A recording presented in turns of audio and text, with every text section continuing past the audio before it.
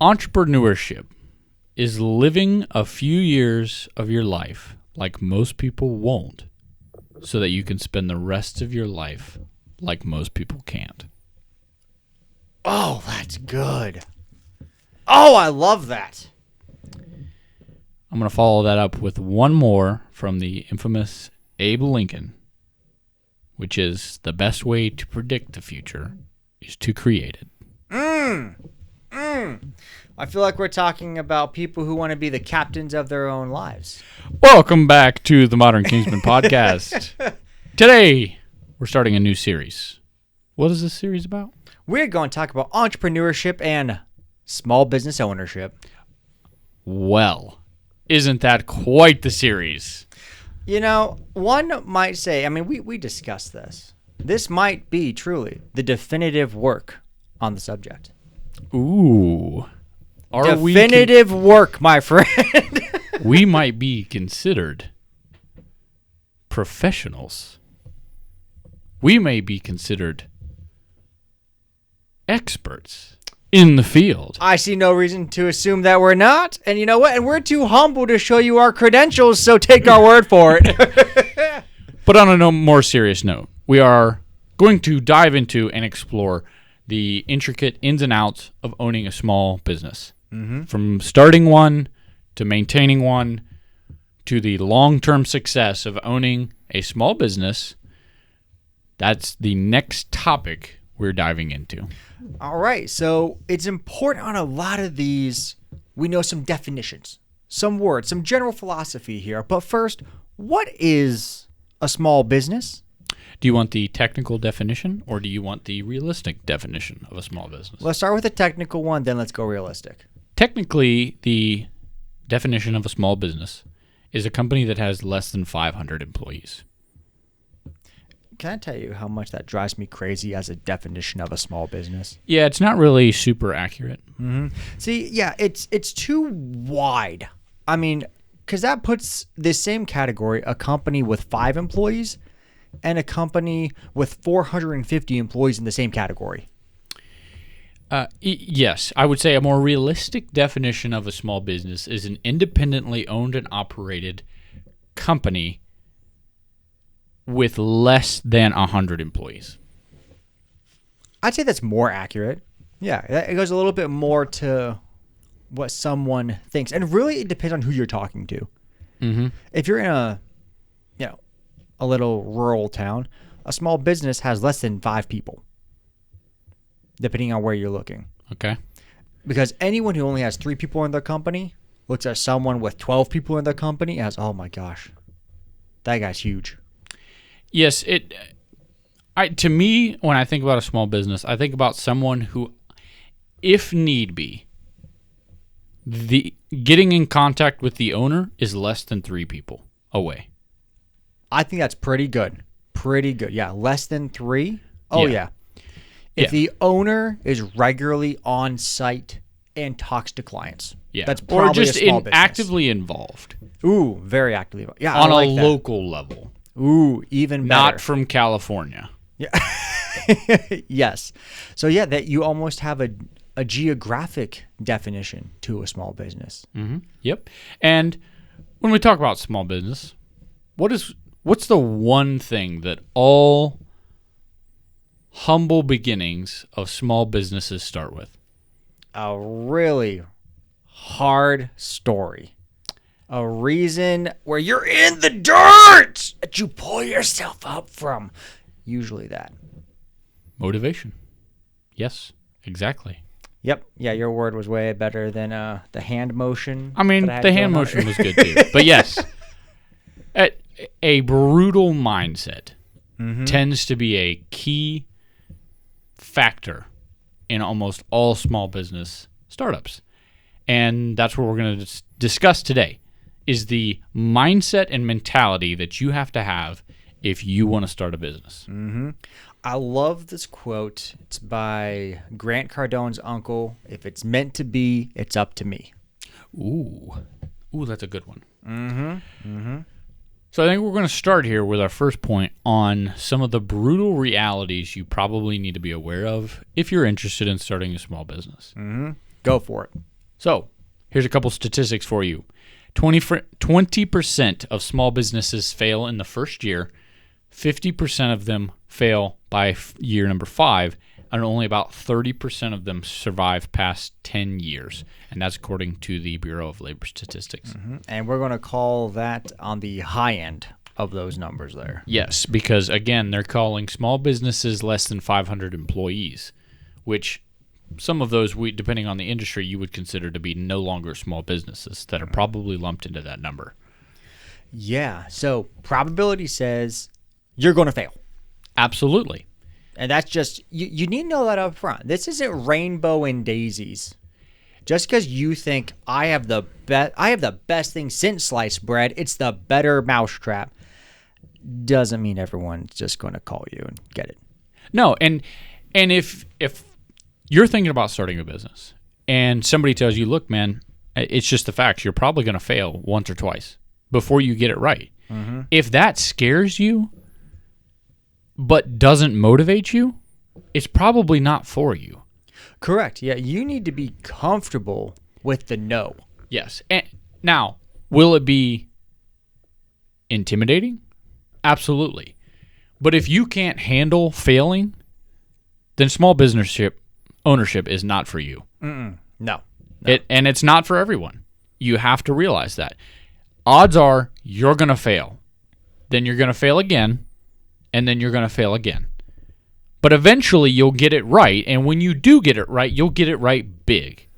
Yes, and it's not just fail. It's fail with intention. Fail with learning. Absolutely. Because the second failure should not be the same exact failure as failure 1. You're not walking down the road and hitting your head on everything. No. You're learning where to duck. Mm-hmm. Yeah. It's commonly referred to as learning ways not to succeed. I like that. Learning ways not to succeed. Yeah. Get a big old list of ways that didn't work so that way you can find the one that works. Mm-hmm. Absolutely. And look, I don't want to ever discourage someone from trying to start their own thing, but it's not for everyone. And you just have to realize that. It's hard. It is. Mm-hmm. And what I will encourage you to do is try it, because the worst thing that's going to happen is you're not going to make it. And then you're going to end up like a vast majority of other people.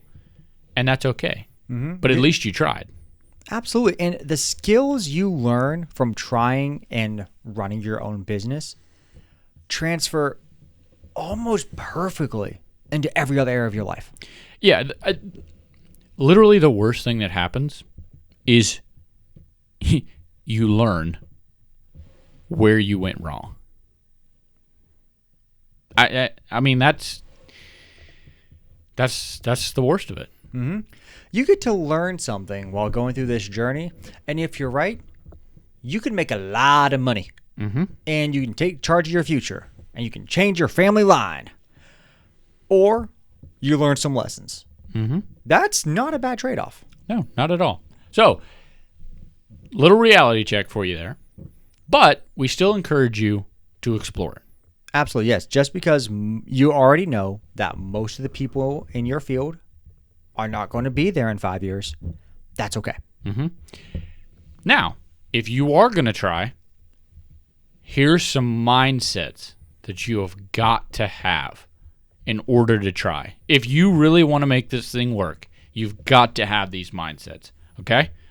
Number 1 is moving from the employee mindset to the owner mindset. Sounds really simple, but what it means is it's no longer what can I get out of this? It's I'm responsible for this. Mm-hmm. Yep. And that is something that people almost can't conceptualize sometimes. It is a hard habit to get out of, well, it's not my job, to everything is now my job. The buck stops with me or there is no buck. Yeah, and it's almost that no longer how can I get out the most by putting in the least amount of work? It's how can I make this thing succeed? What do I have to do to be successful. It doesn't matter how hard it is, how long it's going to take. What is going to make this thing work? Because at the end of the day, it's on me. It's going from the, like you were saying, what can I get to what can I give? Absolutely. How do I make this work? Yep. And you're going to have to get creative.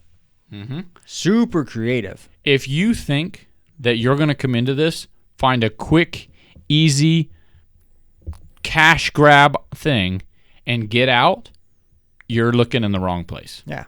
And just because somebody online said, oh, this is how I became a millionaire in 2.5 years and working 2 hours a week. Okay, calm down. Yeah. Calm down. Baby, calm down. Hey, go for it. Yeah. Go for it. Yep. And then show us how to do it, and I'm sure you will sell us your class online. Yeah. But no, that's the mindset shift has to happen.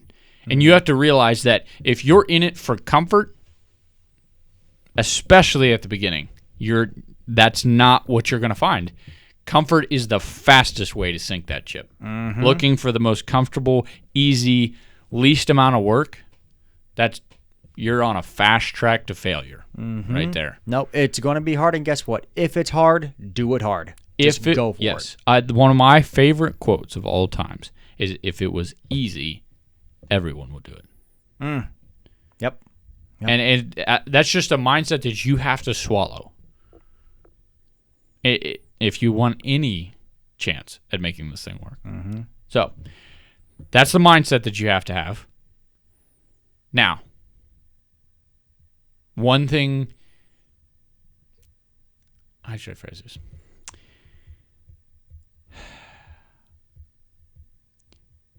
Sometimes you'll run out of fuel. Yes. There will come a point where you are no longer running on passion alone. We've talked about this before in our habits series. There will come a day when you feel like quitting. You'll have put in the time, you'll have put in the work, and you're just grinding away at it. And you're like, man, is this even worth it? And you'll feel like giving up. And it's at that point that you have to understand that you can't just rely on your passion and motivation. You've got to rely on discipline and adaptability, I guess, is maybe the best word for that there. Once you've made the commitment that you're doing this, I will until, then it doesn't matter if you feel like it. I've worked with small businesses, and we'd have to get to the office 2-3 in the morning at times. I know for a fact the dude did not want to get out of bed that time. No. But we showed up because that's what was required. It's what we did. And so many times people look at people that have been successful in business ownership, right? And they've made it. They've got the life, the cars, the money, the whatever. But what they never see are the countless sleepless, broke nights of having no money, no sleep, and just grinding away at that business to make it work. And in the end, it paid off for them. And it's easy to sit there at the end and go, man, that must be nice. But no one ever takes the time to realize how much was given up to accomplish that. I'm currently reading a book on Elon Musk. And he's a good example. Yeah, he's, by pretty much any metric, financially, the dude's made it. Yeah, absolutely. Unquestioned. But in this book, it's going through his history. When his companies were on the brink of bankruptcy and a deal landed on Christmas Eve. And if it was 2 days later, he doesn't make payroll. Yep. Or the 3 years he spent trying to build one of his companies, so he slept in the factory. That way everyone could see, I am here too. I'm committed because this is what is required. Just the true doesn't matter. I'm paying the price. Don't know what the price is yet, but I'm paying it. Yep. And we're not necessarily trying to scare you away from trying to start your business, because we really do think that it's a great idea. We're just trying to give you some insight into what you can expect that it's going to take in order for that business to succeed. Right. Online, occasionally they'll just say, hey, especially in the microwave society that we live in, of, hey, just do this 2 hours a day, you're going to be rich. Do this is easy. Oh, hey, 5 seconds, I just made $1,000. Oh, I do that a couple days. No. Put the time in. Anything. Look, if you only spend an hour on a project and then the project goes entirely and ruined, you're like, it's just an hour. How do you feel emotionally about something that you spent 8 hours on? A full day's labor. What about a week? What about 12-hour days for 6 months, 2 years? Your commitment and love and heart sweat in this here, it's different. Yeah. The small business is the long-term, long play. It's not make it rich quick, get rich quick. It's grit, determination, resilience, and constant adaptability. That's what will make it in the small business. Yeah. What worked 3 years ago may not work the same today. You may be able to live on those coattails a little bit, but you're always adapting. And it's not like you traded, wow, I have no boss now. Go talk to a small business owner and ask him how many bosses he now has. Because his bosses are every client with cash in their hand. That's your new boss right there. Yep, absolutely. And I want to maybe take a moment here to realize as well, this may not sound overly enjoyable based on what we're describing here. But make no mistake, owning I won't even say successful, just having started a small business that you own and invested in can be one of the most rewarding things that you ever do. Oh, this is so exciting. Yeah. Talk to a small business owner at the early stages there.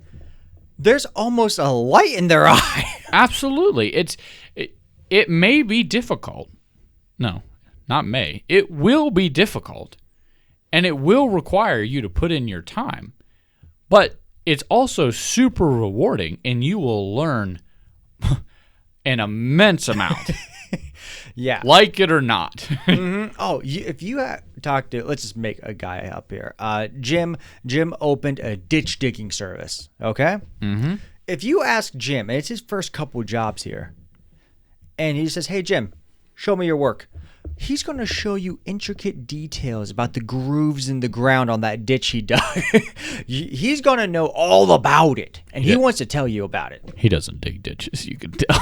Whoa. No, I don't dig a lot of ditches. No, and neither did Jim in my fictitious story. But no, dude, they want to tell you every detail. They want you to know how hard they worked, all the blood, sweat, and tears. Yep. It takes a special kind of person, but it can be extremely rewarding, not only financially, but also, personally.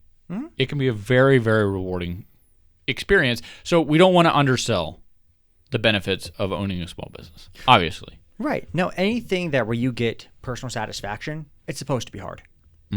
Absolutely. Now, I think the perfect way to wrap up this first video about the mentality and the mindset that goes into starting a small business, which is the core starting place of any small business, is a great example of a small business startup that isn't so much of a startup anymore. Not at all.